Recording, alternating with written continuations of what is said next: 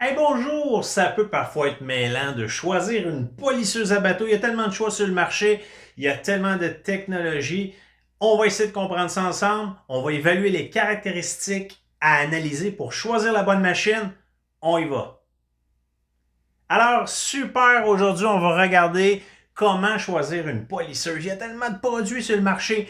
Il y a deux grands types de polisseuses. On a la polisseuse orbitale, donc c'est une polisseuse qui ne fait que tourner sur elle-même. On est souvent limité dans la rapidité de rotation. On va l'utiliser beaucoup pour appliquer ou polir vraiment, là, faire une finition. Donc, on va appliquer une cire et on va terminer pour aller chercher vraiment un lustre. Si on veut faire un compound, si on veut faire du travail un petit peu plus fort, on va y aller avec une polisseuse à dual action qu'on appelle, donc action double, parce que ça travaille mieux, tout simplement. J'explique ce que c'est. Alors ici, on a une polisseuse dual action. Vous voyez, c'est pas du gros format, mais ça travaille bien. C'est celle-là que j'utilise personnellement depuis 2 ans maintenant. Et je l'ai acheté sur Amazon à 120 $. Je vous explique ça un peu plus tard. Donc, dual action, on a une tête ici, une tête rotative qui tourne sur elle-même et derrière, on a un mécanisme qui a aussi une légère rotation. Donc, c'est ce qu'on appelle la double rotation, ce qui permet à la tête de toujours être en mouvement. Ce qu'on veut pour faire un bon travail, on veut que la tête bouge constamment, puis vous-même, il faut faire un travail fluide, donc on n'arrête jamais, on ne s'arrête jamais sur un point précis, et la tête va nous aider parce qu'elle-même est en mouvement constant. Donc, c'est une première chose à évaluer quand on achète une polisseuse. Donc, je recommande vraiment une dual action. C'est achetable partout, dans tous les grandes surfaces. Évidemment, sur Amazon, ce qui est intéressant, vous avez accès aux évaluations des acheteurs qui ont utilisé le produit. Donc, ça vous donne une bonne idée. Et ce qui est important aussi, des fois, c'est de vérifier si vous êtes capable d'avoir soit une garantie minimale d'un 30 jours ou quoi que ce soit pour être sûr que tout va bien avec le moteur, la mécanique, parce que c'est des machines qui travaillent très fort. Autre point important pour ma part, l'ergonomie du produit. Moi, j'aime travailler avec ce qu'on appelle une petite polisseuse. Certaines viennent avec une poignée pour mieux travailler. Moi, j'aime bien le côté appui-main ici. Donc, ça travaille super bien. Très légère, donc ça permet de travailler à bout de bras sans non plus avoir trop mal à l'épaule ou le dos, peu importe. Donc, ça nous permet de moins bouger aussi. Par exemple, si on est dans une échelle, on peut vraiment s'étirer à bout de bras sans nécessairement bouger constamment. L'autre chose que j'aime, c'est ici très important, vous avez votre molette de gestion des vitesses. Donc la rotation se passe ici, c'est souvent de 1 à 6, donc 1000 à 6000 tours.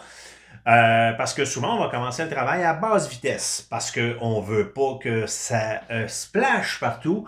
Donc on commence à basse vitesse, on étend le produit et on accélère tranquillement sans jamais arrêter le travail. Donc c'est vraiment intéressant. On a ça à portée de main. Autre chose, le choix des accessoires, et on va dire des tampons de polissage, très important. Il y en a beaucoup évidemment. C'est Chic Marine, on a 3 différents tampons de polissage en mousse, donc 3 couleurs différentes. Ici, c'est le rouge, donc c'est le plus mou. On a mou, moyen et rigide. Plus qu'on est rigide, évidemment, plus que le produit va être abrasif. Donc, on va s'en servir vraiment pour aller faire un compound un petit peu plus fort et ça devient vraiment, vraiment super bien. Je vous montre vite vite ce que c'est le tampon de polissage. La grosse différence, chez Chic Marine, par exemple, on a ce qu'on appelle une texture hexagonale dans le tampon de polissage, ce qui permettre de laisser la chaleur s'échapper, répartir la chaleur. Parce que quand ça vire très vite, ça crée une chaleur. Ce qu'on veut, c'est une dispersion de la chaleur. C'est ce que le pattern hexagonal permet de faire. Vraiment, vraiment, vraiment très intéressant. Autre chose, on a des tampons de polissage ici qui sont obliques.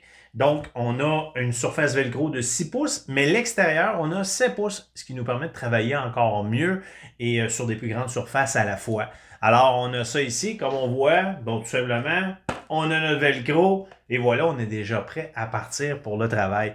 On a aussi des populaires tampons de polissage qu'on va appeler tampons de polissage en laine. Donc, comme ça le dit, c'est de la laine. La laine, c'est très abrasif, donc vraiment, on va souvent s'en servir pour aller faire un compound, là, vraiment plus on veut éliminer l'oxydation très avancée. On va commencer avec ça. Et ensuite, on y va avec nos tampons en mousse. Donc, si je reviens à ma polisseuse, juste pour récapituler très rapidement, à considérer, toujours une polisseuse dual action. Polisseuse qui est légère, qui est agréable à travailler, qui se transporte bien. Molette de gestion de la rotation, de la vitesse ici.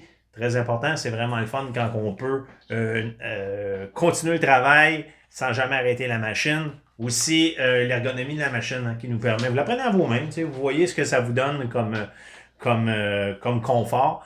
Et comme je disais, vous n'avez pas à payer des prix de fou. Autour de 100, 125, 150 $, vous avez une super bonne machine qui va durer longtemps. Ensuite de ça, c'est juste de s'équiper toujours avec des bons accessoires. Je vous donne dans la description, vous aurez le lien pour aller à cette machine si vous êtes intéressé à l'acheter. Comme je vous dis, moi je l'ai adoré, on l'utilise depuis longtemps. Alors, je vous souhaite une bonne été et un bon été et amusez-vous bien à faire votre polissage. À bientôt!